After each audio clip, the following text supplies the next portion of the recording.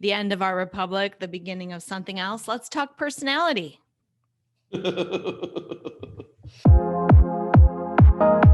You're hanging out in the House of Sunny podcast, where it's always sunny, mostly because of your host, comedian and YouTuber, Sunny Lohman. Want to know what Sunny and her friends are thinking about this week? Well, here she is, Sunny Lohman. Hey everybody, welcome to the House of Sunny podcast. After a 2-month hiatus, we're back today, and I got Doug with me on video. Hello. Hey, what's up, Doug? It's good to see your face to face at last. You said you have pred face. My doctors call this Arby's face. Arby's? Yeah, it's called Arby's now, face. Is that a ham and cheese or a roast beef? Because I was always more of ham a and chicken cheese cheddar. Chicken cheddar. That's a chicken cheddar face. That's right. My pred face is doing a little better, as you can see. It's still there, but I realized that one of the worst things about pred face is that it gets so puffy here that my eyes don't even look like me. I really don't look like me to myself. And it's nice to sort of slowly, I'm recognizing myself in the mirror. Can you tell it's nice there and I have snow outside here? I don't know if we can tell that. It's very sad. Very sad. It's January nice 2021. I have like a bright white thing. That's it's basically just whiteness. Snow. Just whiteness. Reflection. That's right. Well, it's nice to have you on video. I'm sure all of the fans will be glad to see what you look like. And oh my God, yeah. You and I have been friends since college, so I've known your face for a long time, but it's been a while since I've seen you in person. So that's right. I've been hiding for a long time. Hiding in the north. That's right. Eating Arby's and hiding out and waiting for Armageddon. It's here. Okay. Today's the day. Today is it. All right. But we are going to talk about on this show, and we're going to do 2 shows this week. We are going to have a show on what's going on this week in the news because it's just too attractive. We can't stand not talking about it. But today we're going to talk about our personality tests. I get kind of reflective toward the end of the year, and it's also my birthday coming up. So what? It's not today though. It's not today. It's the 9th. So it's, what is that, Saturday? But I get kind of reflective, and I want to think about my life. And I think it's a good time to do that once a year. Once a year is all you just have to do it once a year. But this year I did Jordan Peterson's Big 5 Aspect Scale Personality Test, which I've been meaning to do for a while. And it was really interesting to me. I think it's so important to know yourself. And I think it helps you, first of all, not push yourself too much outside of your own comfort zone, because you just realize, well, that's just kind of my personality. And you know what's going to maybe be harder for you or not as hard for you. And you can make incremental changes, but you have to do it in a way that is, I think, more forgiving. And I think you have to come up with a way to work within your own personality. It's sort of like within the system rather than butting heads with yourself. So it's really interesting. And then I sent a voucher to Doug and he did it. And so we're going to talk about our personality tests. And then the other thing that you can do on the site is you can have like a report on you, as it's supposed to be for couples, but you can do it with your friends, and it kind of tells you how you view each other, which I think is super accurate, actually. I did one with my best friend and kind of realized why she's my best friend. I don't think I had that nailed down until, you can say things like, we have a good time together and we do this and we'd like to do this and we like to do the same things. But to really narrow it down and go, we just have these personality traits that just make us gel. And in some cases, it's a lack of certain traits that make us gel. And so we'll get into all this. I'm going to describe the 5 characteristics. And then Doug and I are going to talk about our own tests, and we're going to talk about our relationship. Doug's and my relationship. Why we get along. Relationships, this might be a good time to let you know I've been consulting with Jeffrey Toobin about Zoom. Oh yeah. No. So, Sonny, I'm just going to stand up. Excuse me. No, not in the first Zoom session, please. Okay. Sorry. Yeah. Wait till next week. Jeff said, wait to the second one. And then let I it wanted hang to out. talk about next week too, because next week we have a special guest that I cannot believe I bagged. I don't do a lot of interviews, but I don't know, a couple months ago, I sent out a bunch of interview requests to people that I thought were sort of ungettable, and I got one. Of course, most of you probably don't even know who he is because he's not political, but it's Rob Wolf, who's like a paleo diet guru. He was one of the first people to found a CrossFit gym, and he was one of the first people to recognize and embrace the paleo diet as, he calls it ancestral, I don't know, ancestral health or something like that.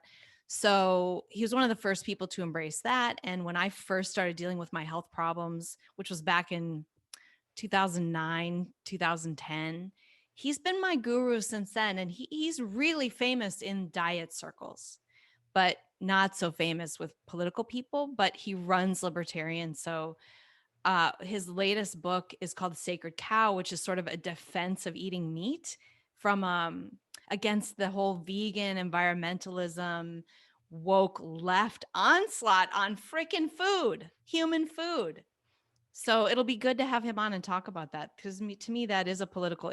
Unfortunately, the left has made food political. So we're going to have to talk about it. And we're going to have Rob Wolf on next week. That'll be super cool. But anyway, let's get into our personality test. And I don't know if we want to go meta with this, but the reason Jordan Peterson picked these 5 categories is that apparently in all the personality tests and all, like, somebody did a statistical analysis of all the personality tests, and they discovered that all of them boil down to about 5 categories. So this is like a sort of bottom up recognition that people fall into these 5 categories. And then each of those 5 categories is separated into 2 subcategories. And they make a lot of sense to me. Did you find that, Doug? Yeah, I think so. I can see a lot of what we call it, because I'm a statistician by background too. We call this orthogonality, where each of the factors is unrelated to the other one. I mean, there's always overlap. You can't avoid it. But when I looked at these in hindsight, I think there is there's a large extent to which these are very different. And I could see people, and this is why obviously they came to this realization, but you could see people being different in one category and totally different in the other. Whereas if they were overlapping, it would mean if you're high in one, you must be high in the other.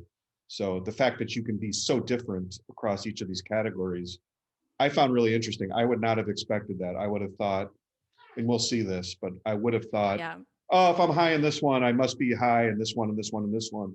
And then I realized, oh, I guess you could be very different, very differential. That is really interesting. And I think that's what makes people so different, that because it's 5 categories. And so if, I've noticed that some of my categories kind of contradict each other. The fact that I'm really high in these 2 makes me, I'm a little at war with myself, which I actually experience. So it really has revealed to me kind of where I'm at war with myself and why. And I think then you can sort of think through, oh, okay, if this side of me embraces this side of me a little bit more and understands that it's the same person, like I won't fight against it so much. And then the other thing that kind of comes out of these 2 is there's Jordan Peterson in his descriptions mentions that there are liberal and conservative. I hate to use the word liberal because I just don't think that's accurate anymore.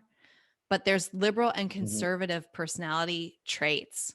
And I'll mention which one of these is which. And I personally violate all of them. I mean, I consider myself a conservative at this point. And yet my personality, I should be like a freaking flaming hippie liberal. But I'm not. So I don't know how much I buy into these labels right now, because I actually see the left as the ones who are more about conformity and like, I don't see them as actually liberal. So maybe it's classical liberal when we think liberal versus conservative at this point. I think the way the left has gone, they've gone so overboard. They're now the sort of religious, cultish, rules, order, statism, and people who are conservatives are actually the ones who feel comfortable with freedom, don't need to control their neighbors, and that's historically more of a liberal mindset.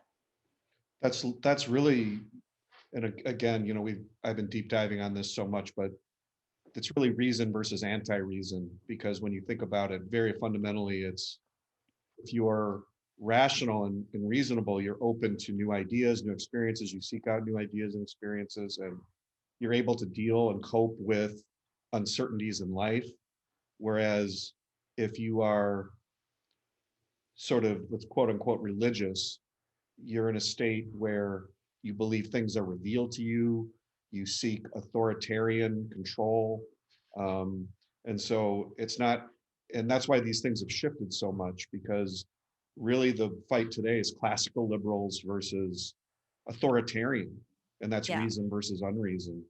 And so, I totally that's agree a with your very, take on very that. good point. And I don't know how that shakes out in these personality things, but all right, well, let's get into it. I'm going to start to describe each. What I'll do is I'll quickly just go down the 5 categories, and you and I, let's say what our percentages are. Okay. So I'm going to just name them out 5 real quick here. So the categories are agreeableness, conscientiousness, extroversion, neuroticism, and openness to experience. And now each of those 5 will have 2 subcategories. So now we'll go through them specifically and I'll describe them, and then we'll tell you what our percentages are. The first category is agreeableness, and that one makes a lot of sense. The 2 subcategories of that are compassion and politeness. So you can be compassionate, but not polite. And that's basically my personality. Or you can be like Doug, who's neither. Kidding, Doug. Hey, now, no judgment here. No judgment. No judgment. I was probably less compassionate when I was younger, but I don't know. I mean, maybe I was, but I think I probably have always had that, because there are some downsides to being compassionate. Anyway, I'm just going to describe agreeableness, and then we'll talk about our percentages. People high in agreeableness are nice, compliant, nurturing, kind, naively trusting, and conciliatory. Because of their tendency to avoid conflict, they often dissemble and hide what they think. So that's obviously not us. People low in agreeableness are not so nice, stubborn, dominant, harsh, skeptical, competitive, and in the extreme, even predatory. However, they tend to be straightforward, even blunt, so you know where they stand. So that's agreeableness. The 2 subcategories, compassion and politeness. So compassion is just that you care about other people. You're interested in the problems of, not that you care about other people. Everybody cares about other people to some extent, but you're interested in the problems of other people, of other living things. You're concerned about helping others. You spend time helping others. You make time to do kind things for people. And of course, women tend to be higher in this than men. Liberals tend to be higher in compassion than conservatives. And I scored in the 72nd percentile on compassion, which is kind of high, I thought, but You know if that's relative to other women or is that relative to humans? Humans. Okay. They didn't divide it up. But women on average are 61%. So I'm higher than the average woman in compassion. Can you believe that? I think it's that is kind of surprising true. to me. Yeah. But I have a different conception of what it means, because there's, and again, I think that we should point out, this is sort of like psychological. It's not, it's almost somewhat innate, right? It's not something, because if you asked me, I would say, oh no, I want to be compassionate and I'm trying to be one, but the fact is that just as a natural reaction, I'm kind of not. I guess that's what I this is agree. I saying. mean, I think so. For example, in practice, you aren't, but inside it bothers you that you aren't, then you are compassionate. Like your personality is actually compassionate. And I think that's, I don't know, having kids and the older I get, the more compassionate I feel like I am. I probably moved incrementally on that scale since having children. Um, I think in my 20s, I wasn't compassionate very, very much. Being sick, of course, has changed me. I've become more empathetic and more, I really want to help people who are sick because I just know how sucky it is. And I cry when I hear about people's sad stories. I don't think I used to be so empathetic and compassionate, but What's your that, overall agreeableness score though? it's moderate. I mean, it's 43%, and you'll find out because politeness, I am 16%, which is not polite. I'm low in politeness. That Okay. doesn't mean courtesy. What politeness means is people who are low in politeness are not deferential to authority. They're not obedient. They can be respectful, but only to people who they think deserve or demand it. Yeah. So usually we're blunt. Like I don't have in my personality those sensors that make me want to sort of make it easy for, like, I can't, and that is me. And that's been me since the beginning. I can't keep my mouth shut. I can't not be blunt and say what I think. And I often say things too bluntly, and it often is jarring to people. So now what about you? What's your percentile for compassion? I think it's like super low, right? I'm in the 36th percentile. So that's not too bad. No, because I feel a conflict here because I'm the kind of person that I don't like hunting because I don't like killing animals. I don't See, I like could kill an I, animal. I I got don't no even like problems with that. I don't even like squashing bugs. But if someone's like, I know someone's bad, I would be willing to strangle them. You know what I mean? So I have kind of a mix. I feel like innately compassionate about people in the world, and I often get wrapped up in my friends' problems, Yeah. unfortunately. And I'm genuinely interested and want to help my friends, and Yeah. they're about, like, if they're feeling bad or something, like, disturbs me. It's not like, screw it, I don't give a shit. I really feel people. I feel your pain, man. And Yeah. And you listen. I feel like I can call you with a problem and you listen, I don't oh feel yeah, like well, you can't yeah. wait to get off the phone or something. Well, you're And misreading.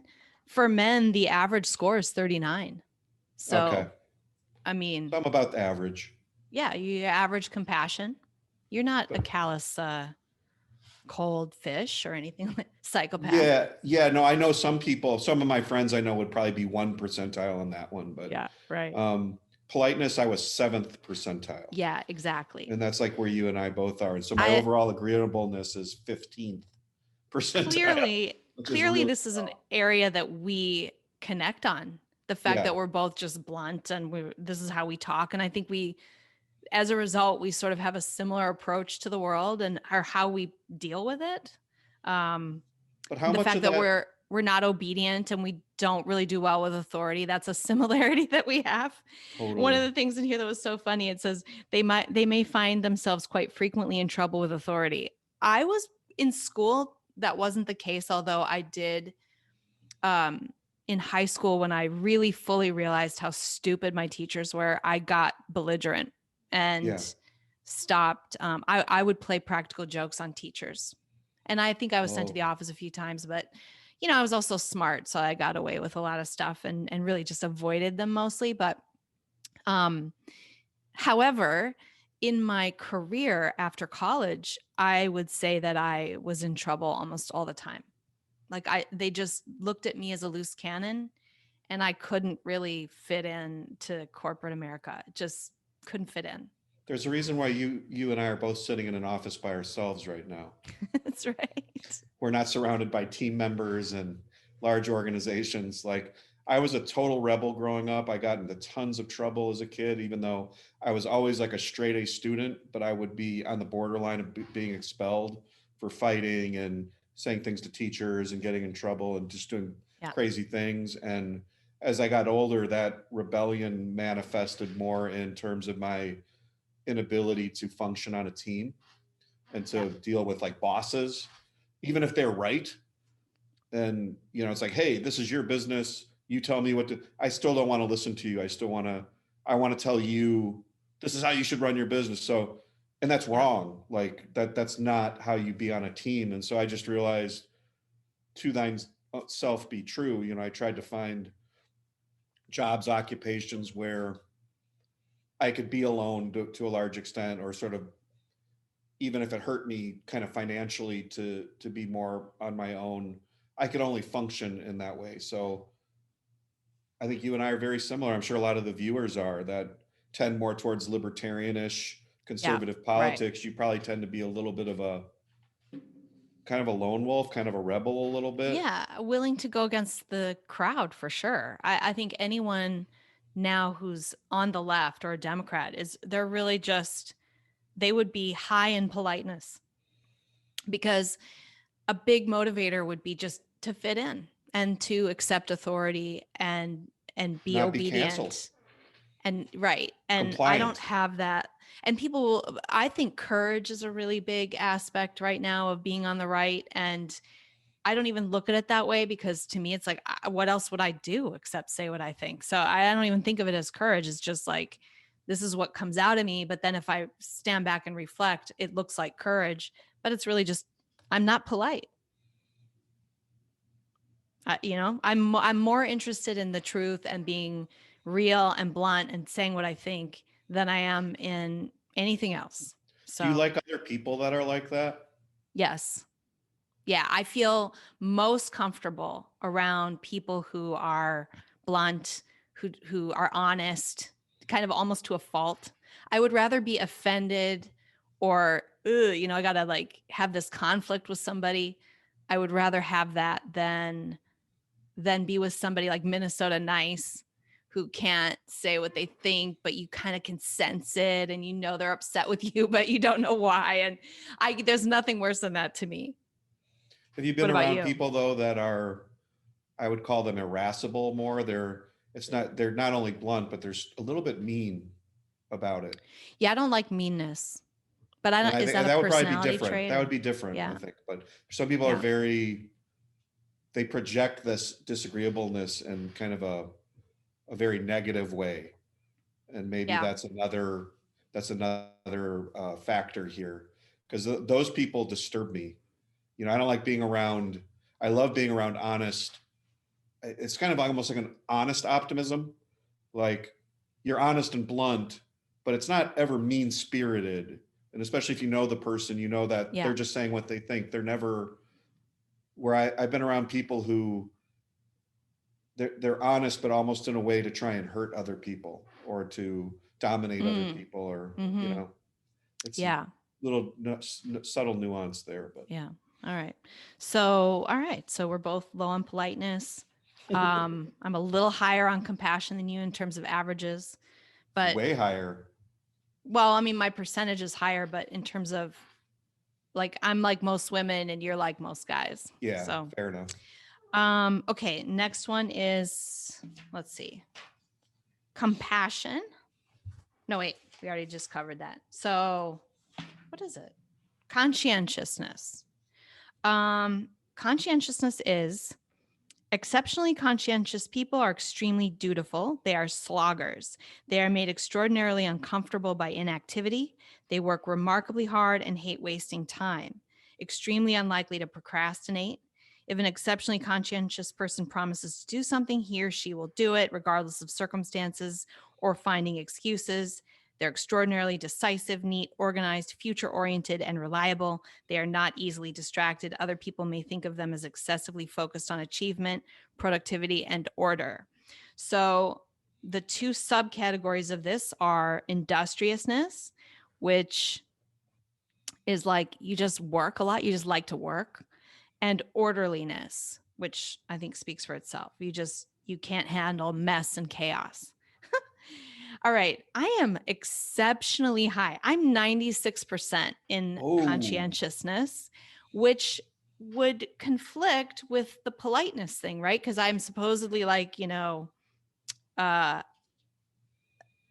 dutiful, right? But I'm not. And I think, but it does plague me. Like when I was in a job and had trouble being dutiful, it bothered me, but I couldn't help myself.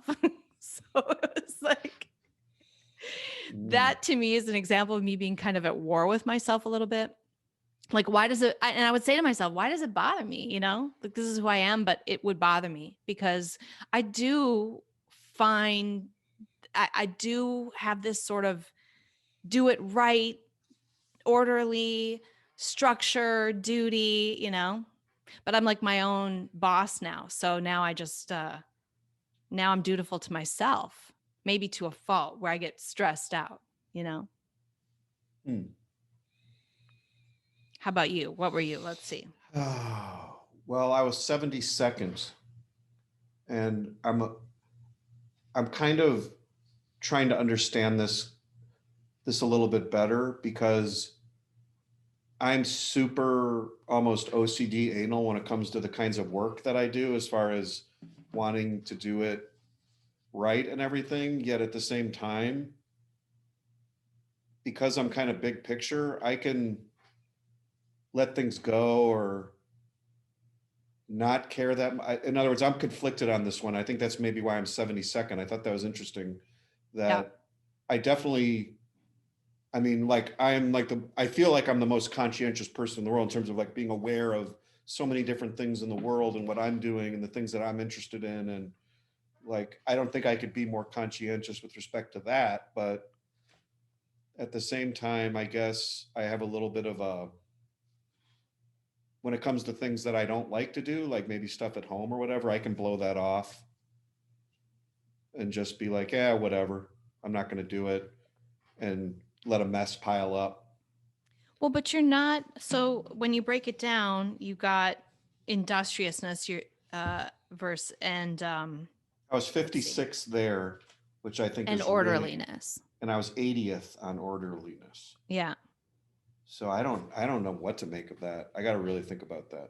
Well, and there are some downsides to being too conscientious, which I feel like I experienced that. So I think I would actually love to be less conscientious. You know, when I got sick and couldn't sort of keep my house as tidy, it really literally stresses me out and bothers me. I'm that way too. And so were you that way when you were younger though?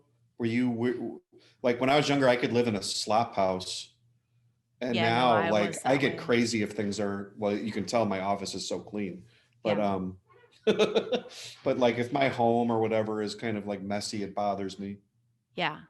I think I was like that when I was younger. Yeah. I mean, I was definitely more teenagery, and even still, like I put up with a certain amount of clutter and stuff because I'm just not willing to do that kind of work. Like I'm busy doing other things. I'm just not willing to be constantly picking up. So you have to let go of some of that stuff. And there are people who can't let that stuff go. And I'm not one of those people, to a point, but there's a point where I can't stand it. And then, so that's orderliness. What was your orderly score? 95. Whoa. And what my was your industriousness was 93. So holy man. Yeah. But some of the downsides are individuals who are exceptionally conscientious can react catastrophically to failure. They can be extremely judgmental. They are easily disgusted by their own moral transgressions, as well as those of others. They suffer extreme shame and guilt. And I do walk around with, like, you know, if I'm not getting something done, I do walk around with a feeling of shame and guilt about it. And even when I know I can't do it and it's reasonable that I can't do it, or I am experiencing those negative emotions. And so it's really important to sort of learn these things about yourself, because then you can, oh, there that is again. And that's that personality thing coming through, but it's not real. Like that's not, you know, those feelings of guilt are, it's my hardwiring, and I need to reprogram that a little bit. Is that a little bit Midwestern and Minnesota-ish too? I don't know. I don't think so. I mean, I interacted with people in the Midwest who are not conscientious all the time. I know most of the people in my area, which is very sort of German, Dutch, Scandinavian, sort of like North European-ish.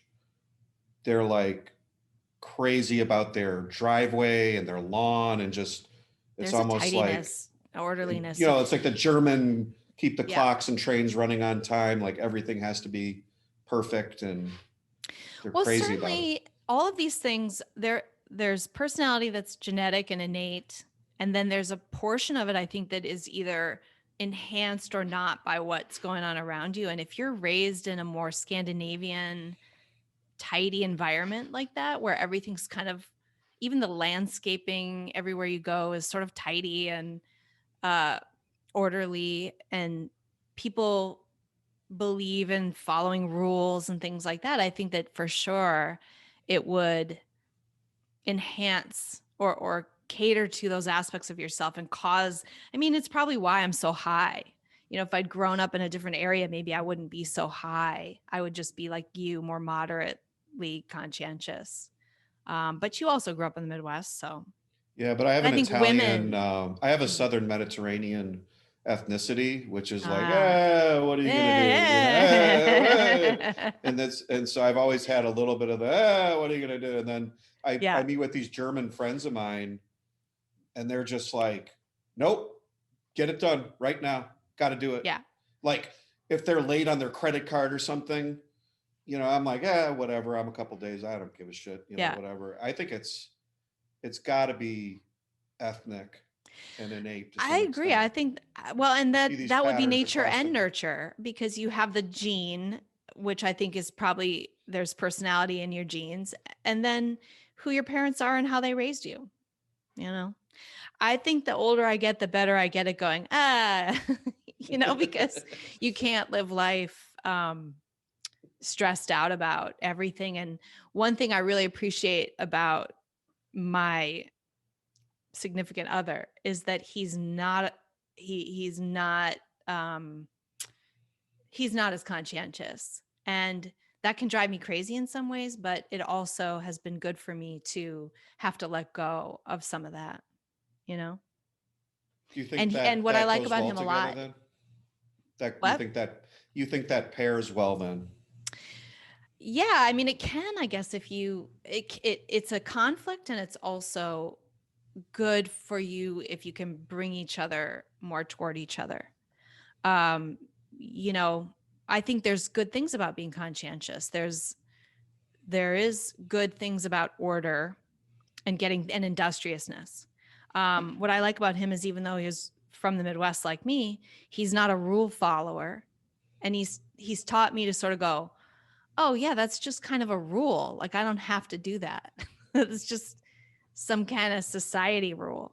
Who made that up? Why is that important? Do I need to, like, one of the first things that when I was first dating him, there's the Minnesota State Fair.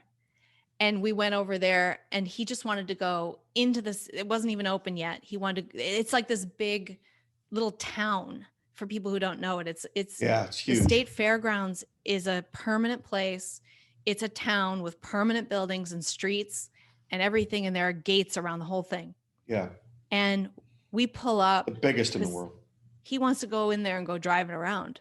It's like the week before it opens, and there's tons of activity and people in there getting ready, but it's all for people who work there. It's not for people to go in. Like, let's go drive around. He wants to go in there and drive around. I'm like, no, we can't. We can't do that.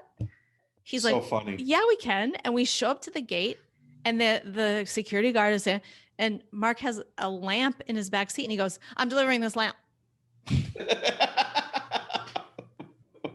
the guy's like, go on in. Come on in. I've had this happen. So we spent the next hour, like, wandering around the fairgrounds before it was open, and like just enjoying the whole vibe of it. And I'm like, I can't believe that. I can't tell you how many fights I've been in with my own family and my kids. My kids, I think, inherited my wife's gene, which is follow the rules. Like, I'll be like, no, we can go across that gate. Dad, no, we cannot go in there. We can't do that. Right. I'm like, yeah, we can. I said, you can go. I'm your father. You can go. Dad, no. And I had my son actually sit down and say, I'm not doing that. And I'm like, I'm your dad. But like, I'm trying to get him to break the rule and he just won't do it, Yeah. That's so funny. Your own kids, your dad's saying, break the rule, break the rule. The kids are like, no. Totally. Isn't that amazing?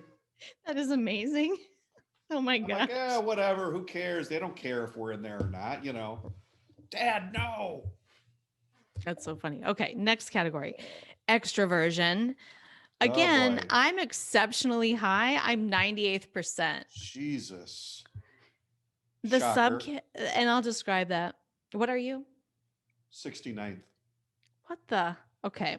I know. People with well, the reason that you didn't score super high on this is because of the subcategories, which this made perfect sense to me.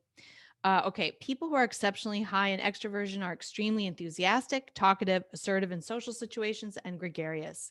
They are unusually energized by social contact and crave it. They take exceptional pleasure in planning parties, telling jokes, making people laugh, and taking part in community activities. They're extremely likely to have positive memories of the past, high levels of current self-esteem, particularly if they're low in the neuroticism category, and tremendous optimism about the future. Wow. That's totally me. And the subcategories are enthusiasm and assertiveness. And like you and I, so what's your assertiveness percentage? 94th. Yeah. And so's mine. So we're But both my enthusiasm 21. Exactly. And this is why That's when so I call weird. you on the phone, I'm like, hey, Doug. And you're like, hey, what's up? Like you could just hear it in voice. Hi, blah, blah, blah, I'm Sunny. Yeah, I'm just sitting here doing something. You know what's so funny is my son. I'm yelling at him about this all the time now because when I call him, he's like, "Oh," I'm like, "Come, like, wake the F up, dude! Like, what's wrong with you?" Oh, dude, that's you. That's and you. then I realized that's me. That's so you. He's a mini me. That's what you sound like when I call you. You sound See, like I don't think of myself that way. In my mind, I'm like, compared to me. So this is why my best friend and I are we have so little in common sometimes. And it's like, why are we so connected? We are both off the charts in enthusiasm. And I think it's rare to find somebody else that you can get with and be like, and get like super excited about everything and run around and make jokes and laugh and giggle. That is me and Ashley. That's what we do. wow. That's what we do. That's why we're best friends. Are you in the 90-something percentile for enthusiasm? 97%. Whoa. So we're mirror images there. Yeah. But we're both really assertive. Are we mirror images? 180 degrees? Yeah, we're both assertive. Yeah. So how is that possible? You can be assertive. This is why I love this test, because I wouldn't have thought of these as orthogonal, but so I can be a very, very assertive, but have low enthusiasm. That's kind of dark. Well, enthusiasm is described as excitable, easy to get to know. Like it's not necessarily that you're not excited about things. Totally not me. They will they will talk remarkably rapidly about everything, particularly other people. And that's me too. Like other people are so interesting and I want to talk about that all the time. They laugh or giggle to a remarkable degree. They absolutely must be around people continually. That's not you, dude, Wait a second. But you can be assertive, but not totally, have that. So totally. Yeah. All right. Next one, neuroticism. And I think we're both like average or something like that. No, I'm moderately high. You're moderately high. Go into this area. These subcategories I would not have thought of either. They're kind of interesting. So neuroticism is basically a measure of general, a measure of general sensitivity to negative emotions such as pain, sadness, irritable or defensive anger, fear, and anxiety. So I'm in the 56th percentile, which I actually wonder if it's a little higher measured now because I am on prednisone, which makes me, when I took the test, I had to answer truthfully about what's going on. I've been on pred all year. I think illness has made me more anxious and more down. But I don't know. I mean, it's hard to say if that isn't a true score for me, 56%. I think I'm probably average. I don't feel very high in that I would have type thought of. you would be higher. Yeah, I don't experience a lot of anxiety generally. I'm not very moody. Yeah, no, I'm. Really? Yeah, I mean, there are two aspects of Interesting. this. So the two aspects of neuroticism are withdrawal and volatility. And I definitely was higher on the volatility, which is more of the mood thing. And you're super high on that, weren't you? Yeah, I'm on the 80th on volatility, but 36th on withdrawal. What is withdrawal? Can you explain that? Okay, yeah. So withdrawal is anticipatory anxiety. So it's like when you're worried, very worried about the future. You're always anticipating all the awful things. And people, people like this, they're just wound up about what's going to happen. And, like take, for example, one thing I knew about myself when I was young was I was a really good test taker because I had no test anxiety. I just had zero test anxiety because to me, it was like, well, I've done what I can. There's nothing I can do now. I've studied, whatever. Even if I hadn't studied enough and I knew it, I could let it go because I've done what I can and I can't change it now. And it's just go take the test. So I didn't feel like, oh my God, how am I going to perform on this thing? And, Yeah. And I think people with a lot of withdrawal, with a high withdrawal thing, they would have trouble taking tests. They would have trouble being calm and thinking of a solution because they're all like stressed out about what's going to happen. And yeah, that would probably panicking, that would play into willingness to probably do new things and take on risk and stuff like that. Yeah. Like I feel like I've always felt a little bit of anticipatory anxiety, but I've always been willing to do things. I've always been willing to go take a job or travel to a new city or move to a new city or just put myself in crazy situations. And so my score is very low. It's 36 and mine's 41. So we're about the same in that. And one thing I realized is that people who are really high on that, I don't dislike people like that, but I have a hard time. I don't have any close friends like that. I don't like being around that kind of stress and what seems like pessimism to me. It kind of gets on my nerves after a while, and I can be friends in more that outer ring place with people like that. But in my inner ring, I can't really handle it. I completely agree. I think this is where you and I would be very compatible in that way, because I know some people I think that would probably be very high in this category, and I have trouble being around them. I really do. I can tell they're just always, I'm like, just go do that. Or go take a chance. Just do it, dude. Do it. Do it. No, I can't. Down. I don't want to. I got to think of it. Just like. I want to tell people to calm down all the time. Or like, hey, don't get all wound up. Don't let that. Don't worry about it. Don't let that. Yeah, don't worry about it. Don't let that stop you. Don't, just go for it. Or what are you even thinking about that for? Like, just stop. And I don't relate to it. And it bothers me. Are you highly volatile then? I'm 68 percentile. It's called moderately high. And I think that, again, pred has influenced that. I'm normally much more even keeled. Really? But your personality, I would just know, even pre-pred, I would say you're volatile. You're a moody. Yeah, I've seen that in you. Yeah, I mean, it's a little there. It's not very high. Probably what you're seeing too is the lack of politeness, Mm-hmm. So like if it's in my head and the enthusiasm, if it's in my head, I'm going to say it, which makes me probably seem, I don't know. I didn't know you as well pre-pred too, though. Yeah, right. Since I've known you, In mostly 5 years, I've been up and down on prednisone. Yeah, but that makes you more. I'm 80th percentile on volatility.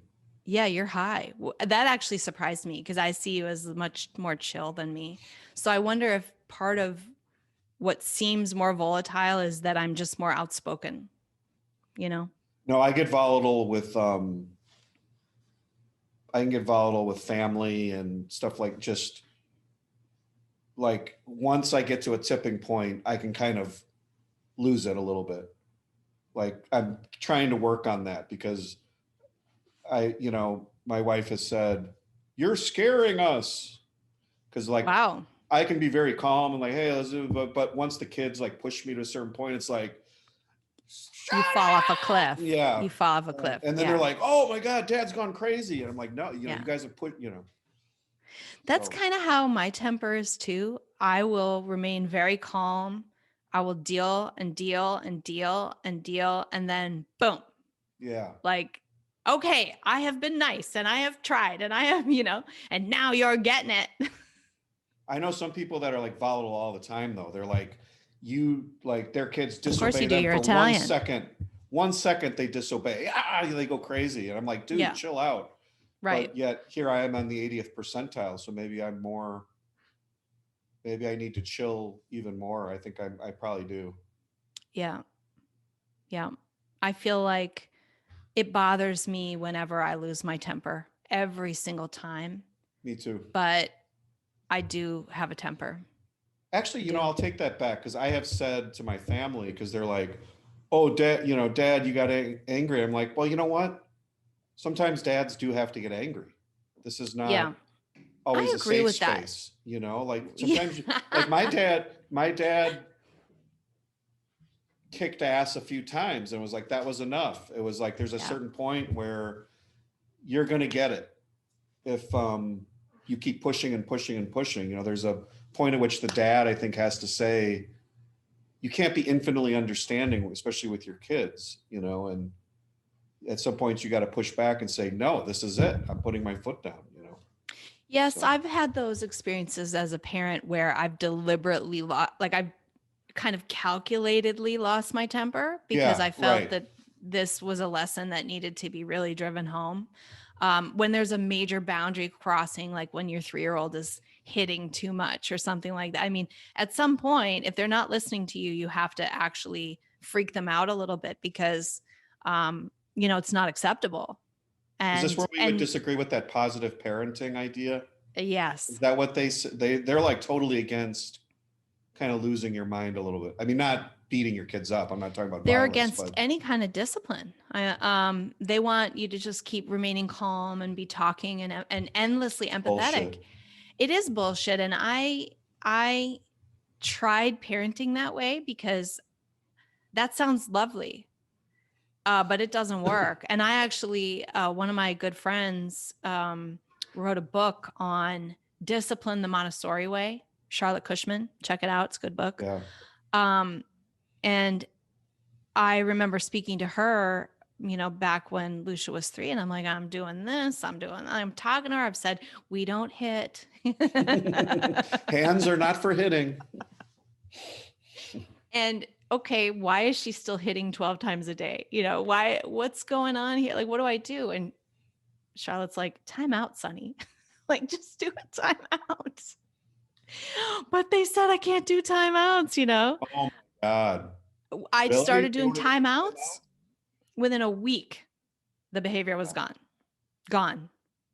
And prior to that, it had been months of just torture and trying to figure out how, Has to be a consequence. At some point you have to lay down the hammer as a parent once in a while, and it's okay. And I also feel like it's okay to be angry and to express that as anger. I guess when I feel bad about it is when it feels really out of control. Yeah. That's when I feel bad about it. Which the pred, that's what's been really hard on that, is that it really does make you it makes you out of control, and you have all these chemicals rushing in your body and you can't control those feelings of rage, and they just want to come out spew at people. It's horrible. And I think that's important to note that this is partly physiological, and like you're saying, the medication can exacerbate it, but some people are naturally like that. They have whatever their Yeah. that endocrine system or whatever it is that controls your Endocrine. Yeah. adrenaline, endocrine, that controls your adrenaline and that kind of stuff. You can, Yeah. those connections can break down and you can kind of lose your mind, and you got to learn how to control a little bit, but at Yeah. times If I that's had just to the be way it on is. prednisone the rest of my life, I would be very hardcore on meditation, and I would be like implementing all these anger management strategies. Like I would, because I would be so embarrassed and so just, you know, as my other personality traits tell you, I'm so disgusted with myself.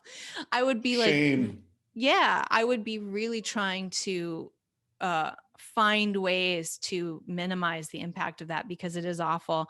And I do see it as chemical. And I think looking at stuff like this, or, you know, one thing I've said, going on pred and being on these drugs, part of the reason why it makes you empathetic is you realize how much is chemical, including eating, like hunger.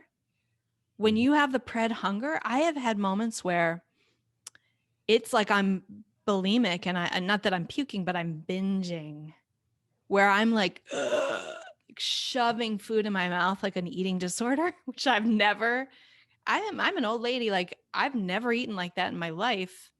And then this drug on certain high doses will make me eat like that. And that makes me sympathetic with people who say, you know, I'm overweight because I'm just hungry all the time. And I can't help myself. Yeah, I know what that feels like now. I can't relate to that, but just kidding.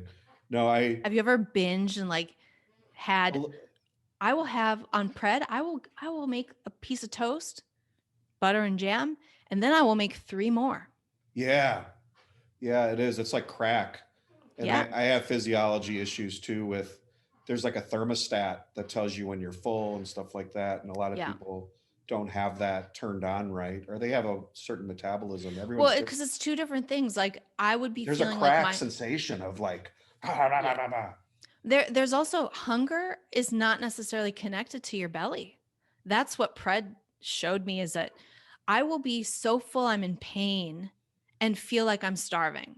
Like, there's something in my brain saying, you're starving, you're so hungry, you got to eat. Mm. And I'm It's like like, oh, you know? So that's real. That's chemical. That's chemical. All right. Next category, openness to experience. This one to me is like the weirdest, and it's the most prescriptive of whether you'll be a liberal or a conservative. Openness to experience is people with high levels of openness are always characterized by others as extremely smart, creative, exploratory, intelligent, and visionary. They are interested in learning, constantly acquiring new abilities and skills. They are extremely curious and exploratory. They are exceptionally interested in abstract thinking, philosophy, and the meaning of belief systems and ideologies. I wonder if our whole audience is high in this, because, you know, I mean, who listens to a podcast like ours if you're not interested in belief systems and ideologies? And Yeah. they live for cultural events such as movies, concerts, dance recitals, plays, gallery openings. They're very likely to enjoy writing, me. They enjoy complex, abstract ideas and deeply love to confront and solve complex, abstract, and multidimensional problems. I'm 97th percentile in this. 98th. I beat Yeah. you. So this is, congratulations. The Thank you. subcategories are intellect and openness. And intellect doesn't mean intelligence. It just means people exceptionally high in intellect are obsessed by engaging with ideas and abstract concepts. That's you and me. And that's, I mean, we met at the University of Minnesota in a philosophy club.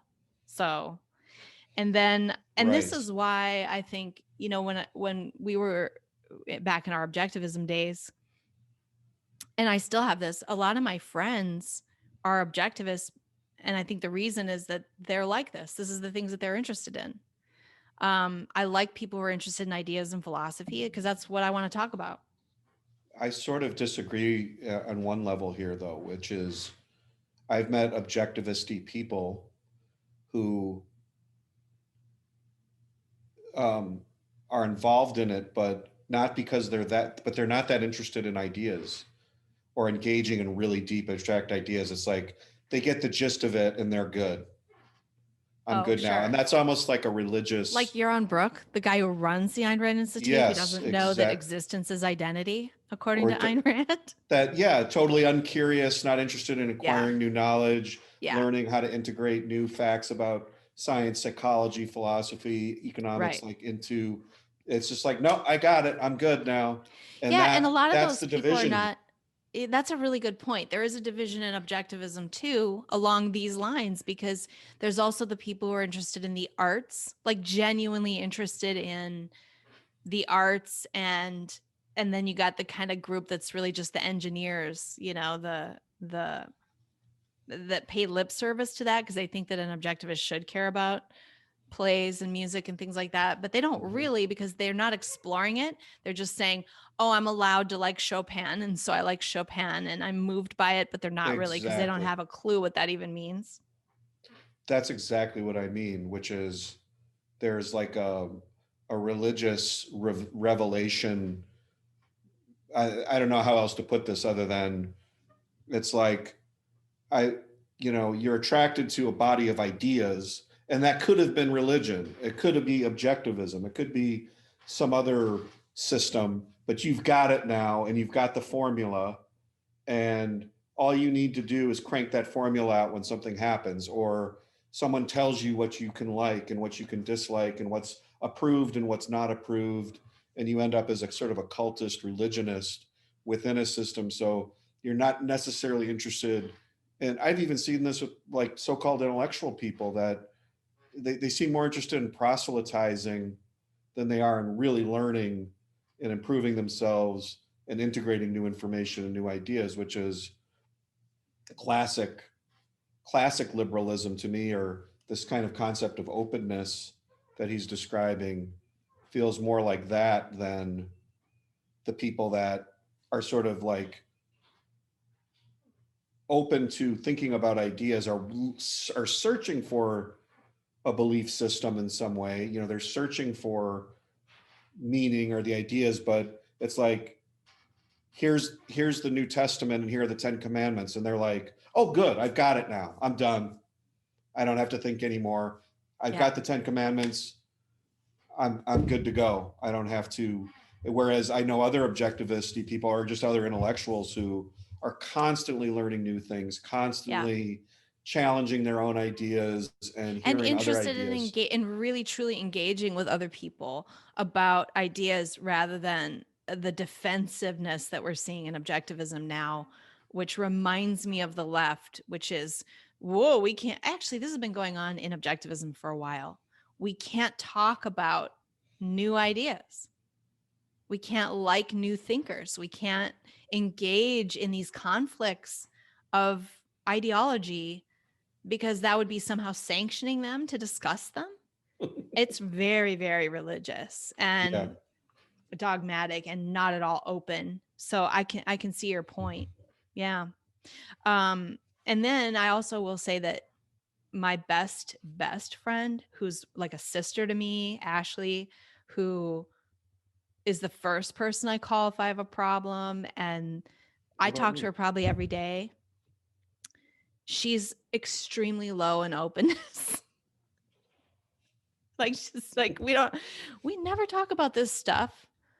She's up for anything. She'll talk about anything. If I say, hey, let's go to a play, she'd go to a play with me, ballet or whatever, but she'd never do that on her own. And because it's apparently for us, it's not necessary, because we just have fun together. It's the enthusiasm. And then the fact that she's a low neurotic. So I don't have to deal with neurotic people. There's no neuroses there. So we're not all going, oh no, oh no, oh no. We don't have those conversations. We're just having fun. And we just, we're enthusiastic about what we're doing. Well, those are people that live in the moment. And what's interesting is with my wife, I found that she's not intellectual in the way that I am. And the reason I think that's good for me is she lives in the moment. Whereas I'm brooding all the time about these big picture things, and I am attracted to complex problems and abstract problems. So my mind is always running on something, and she's talking about like, look at the dog. Isn't he cute? You know, he's wagging his tail, you know. Right.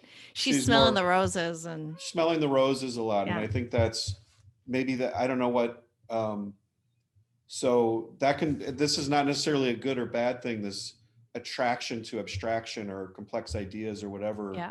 That's not necessarily good or bad. I think a lot of people live very, very, in fact, much happier lives. The ignorance is bliss idea kind of plays into this. I don't think that either way is happier or not happier. It's just like for me, without having certain things in my life, I'm not happy. And for her, she doesn't need those things to be happy.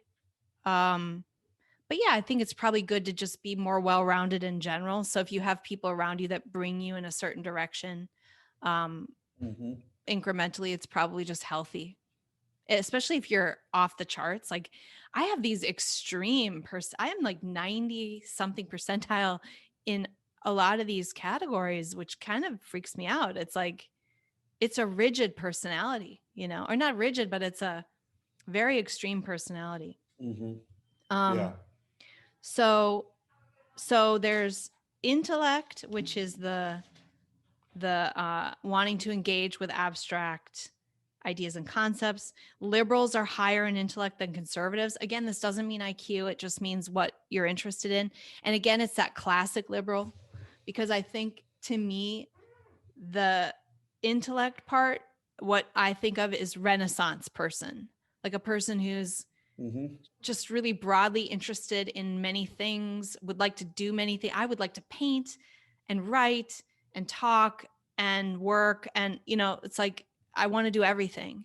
And to me, I get frustrated that I'm not also learning piano right now. And, you know, like I want to be doing all these amazing new skills, and I love variety, and I love learning new things. And that's intellect. So what are you in that again? You're pretty high. 97, and I'm 97. And then the next one is openness. And the closest synonym for that is creativity.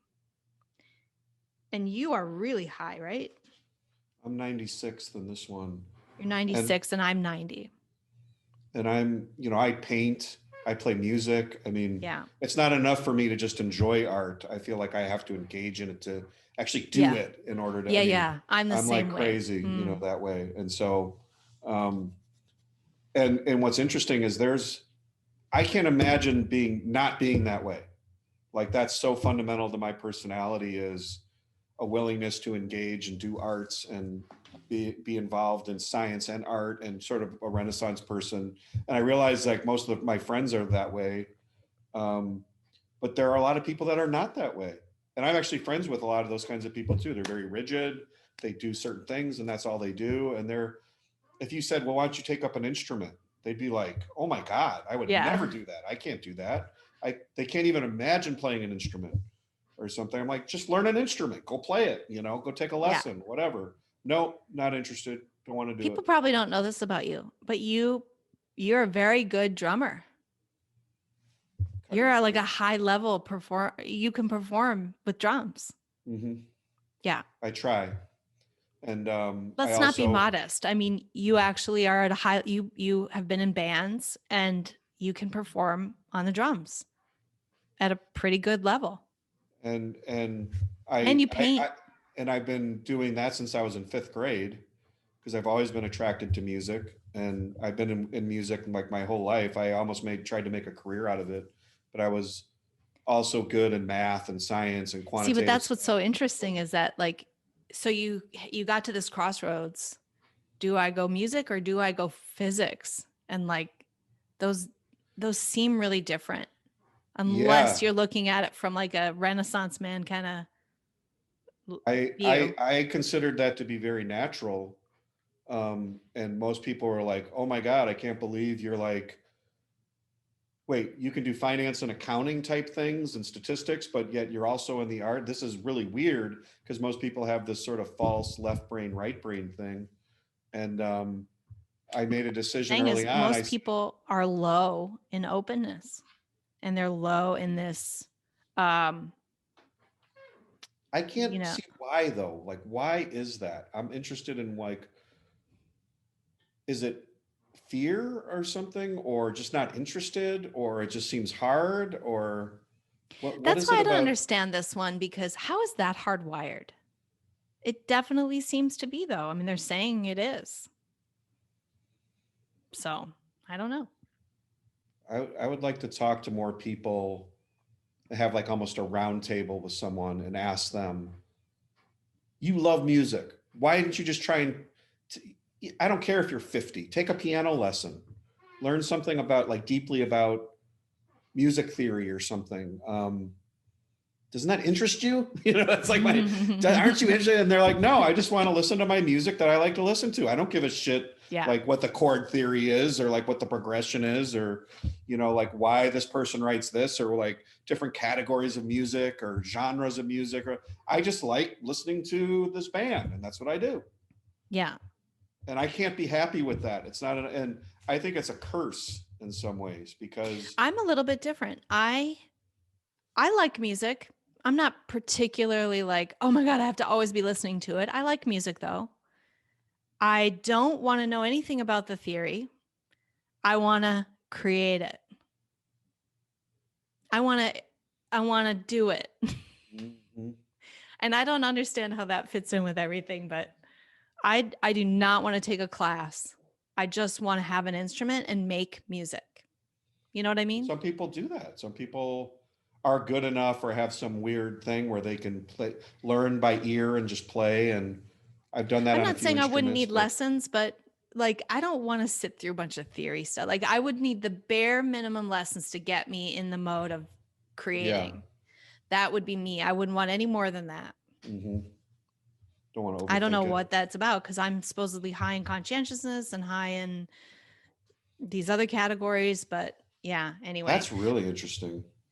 I've seen great musicians that are like you though, in that way, that they've learned a certain amount of stuff. They really don't know the theory at all and could care less, but they're phenomenal, and they're genius performer level, you know, musicians that they probably couldn't explain to you what they're doing or why they're doing it. Yeah. And I Yeah. think they would That's me. I'm probably a genius level performer. But I'm kind of like that's how I am in everything I do. I just kind of start doing it. I don't like reading instructions. mm-hmm. And I tend to be kind of good at things. I mean, those things I guess that I'm choosing to do. Obviously, I'm gravitating towards certain things, but yeah, I don't want to know more than I have to know, and I'm comfortable with being kind of not so great at things right off the bat. I can feel my way into them. I don't want to read a book and be better. I just want to start and let my experience bring me to a better level. That's how I am with everything I do. So it's kind of bad because, like, for example, I think of myself as a writer, and I write a lot. I was writing articles for a while, and I keep thinking, I gotta go back and really understand grammar. I'm a writer, for God's sake. I have this public school education, this inner city public school education. I don't know any grammar. I couldn't diagram a sentence to save my life. I don't even know the names of the concepts, but I can write in a way that's mostly grammatical. But if I have like a question, I can't solve it. I have to ask a friend to solve it or something.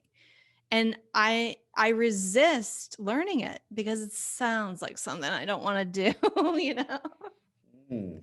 And yet I have this like really mad desire to write, but I just don't want to really know how to do it. Isn't that funny?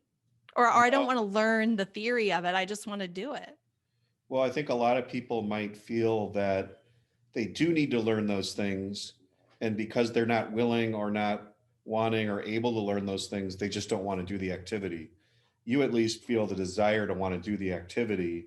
Like, I want to be a writer, I want to play piano, but I think a lot of people would stop maybe right there and just Yeah. say, to whatever extent maybe I want to do that, I do not want to. They might feel like, no, there's a recipe, or they think, no, I need innate talent. I can't just learn something. Like some people just have a magical gift of being able to play an instrument, when anyone who plays an instrument will tell you, you got to work on it for 30 or 40 years. Right. It's practice, like anything. The first video I put out, the first comedy video I put out was horrible. But, and it was hard for me to hit the send button, and I did it anyway, knowing I had to do it. Even though I didn't really like what I'd produced. But to me, that was part of the process of just getting better. And I just see that as like life, is putting yourself out there and kind of failing. And especially if you're assertive like me, failing in front of everybody, Yeah. Like, I just have gotten really good at that and comfortable with that, which is weird because I'm super high in conscientiousness. So I think your personality is, when you are somebody like me with these like really high scores in what seem like contradictory areas, your personality is kind of a dance, and it can explain why you're angsty at times. So this has been super interesting to me to learn where I definitely feel pain is where these conflicts exist, Yeah. I don't know that I think this was somewhat confirmatory, but it also has shown me that there are aspects of personality that are not all correlated. They're very different. Like you can be high in this category and low in this category, and I never would have thought that. So it gives me a sense that I can control or be interested in understanding different parts of my character,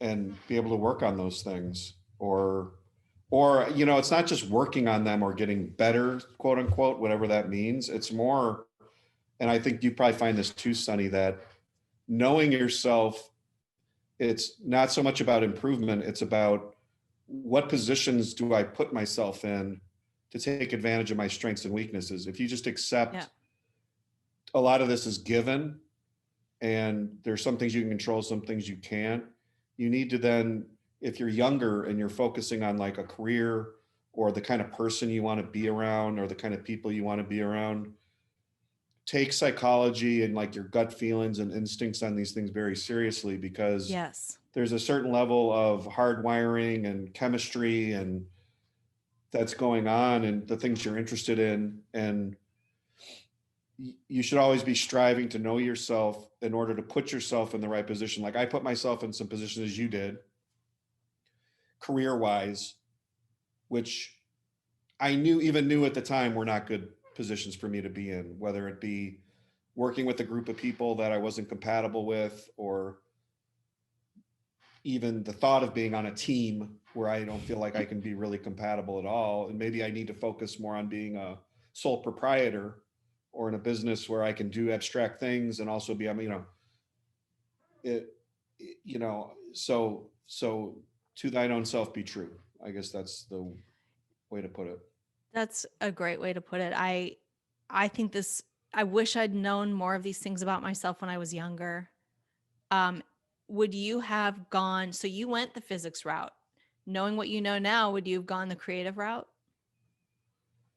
I said at the time that if I go the science and mathematics route, I could always circle back to music and art. Whereas if I had followed art and music at that time, I could never then just be 40 or 50 years old and say, oh, now I want to be a physicist or a scientist. Yeah, right. So I kind of felt like I had to do one and then I could circle back to the other. Now that might have been a mistake too, because there's a certain level of, I think being great at art means you're obsessed with it and it's the only thing you really can do or want to do. And so, and I kind of learned this a little bit through the movie Whiplash, and I really recommend that movie to other people. There's a certain thing within us where if you're not willing to fight for something sort of organically, it probably means you're not that good at it, or you're not, I shouldn't say that, not that you're not good at it, that's not what you really want. And when I was that age, I was not willing to fight to be an artist. It wasn't like the thing that I was like, screw it, that's all I want to do. And I had conflicting but maybe you values don't and have the ideas. personality to, I mean, some of that's personality, like whether or not you're going to fight for a career like that, you know, I because wasn't willing to. I didn't want to.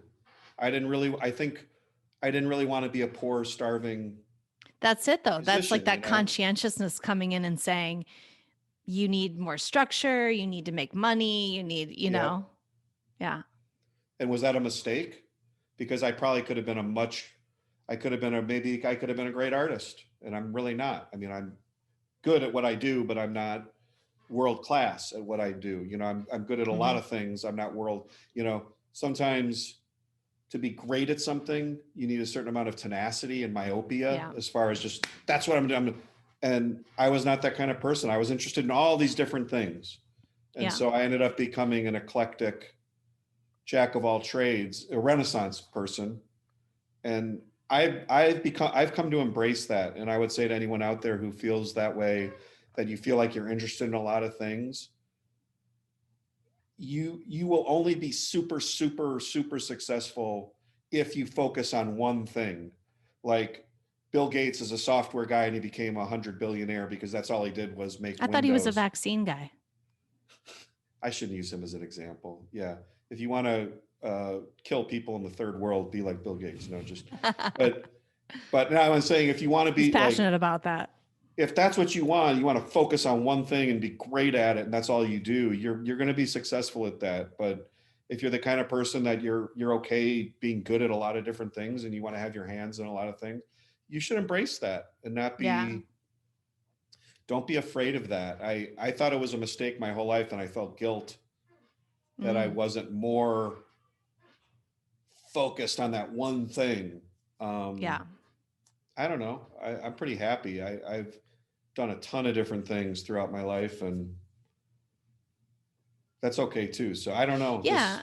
This high level of openness, one of the things is that you like variety and you like change. And so, and what it comes down to is like wanting to be happy and stuff. I think as a woman, it would have been easy if I'd understood this too.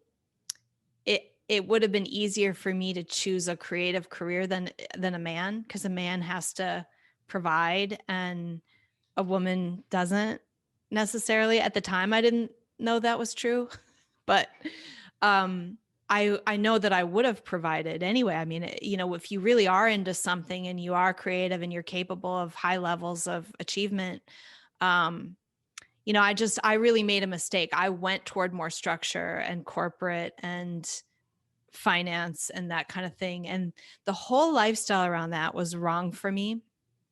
I didn't like almost everything about it. And it took me 10 years to sort of extract myself from it. And then get back into something more loose and creative and more appropriate for me. So it was a long time of angst and figuring it out. And I think I was overly concerned about providing, you know, for myself financially. And instead I should have just looked for a rich husband and majored in, you know, broadcasting or journalism or something. I mean, I would have been great at that. If I'd started young and done that, I probably would have been great at that. Although, oh my God, oh my God. Red-tailed hawk just picked up an animal and flew off right in front of my window. Yeah, that was interesting. I just watched a red-tailed hawk. What did he have? With his talons It's not your cat. It's not my cat. Then you're good. I don't think that hawk could lift my cat. My cat's too big. Your cat's pretty heavy. Yeah. He would have dragged him down. But one lesson of this is I always thought of a lot of people come at career type decisions and even romantic decisions and from a top down, like they have sort of an abstract conception of what they should be doing. And then they start to, this is sort of a bottoms up analysis, isn't it? It's kind of like you ask a bunch of questions and then this is like inductively telling you kind of what you are. Yeah. And then that enables you then to say, well, what are the kinds of things that given that I might be interested in, or that I, don't impose a constraint top down on yourself. Like take a test like this and learn about yourself, and then think more inductively about what you fit into rather than and learning about other people. Could be into. Yeah. And learning about other people and realizing, well, okay, they're not as high in conscientiousness. So they're just not going to care about these details like I'm going to care about. And your expectations are different. Mm-hmm. And then you don't get as upset with people because they're not exactly like you. I think that's really important, especially with your kids and your spouse and coworkers and stuff, that if you can look at them more like they're just different than you, you're extremely conscientious and that's weird. So don't impose that on everybody. Yeah. It's your own thing and you're just going to have to figure it out yourself. Yeah. You should be looking for complementarity in relationships often, and in teams. You're looking for people who together they can have all these things, but don't insist that other people have exactly what you want, or be frustrated or angry that other people don't share these characteristics. Because as you find out, you might be in the 98th percentile in one of these things, and what seems very natural to you, like with you and I, Sonny, with respect to openness or intellect or whatever, we're the oddballs. Yeah, right. We're the freaks. Anomaly. Totally. Yeah. And it's good to know that. It's good to not expect that of other people, to know where you really do stand out. But it's also good to know where you stand out and go, wow, that's something I have that other people don't have. And so I'm going to tap into that, take advantage of it, and make that a part of my success. Totally. Yeah.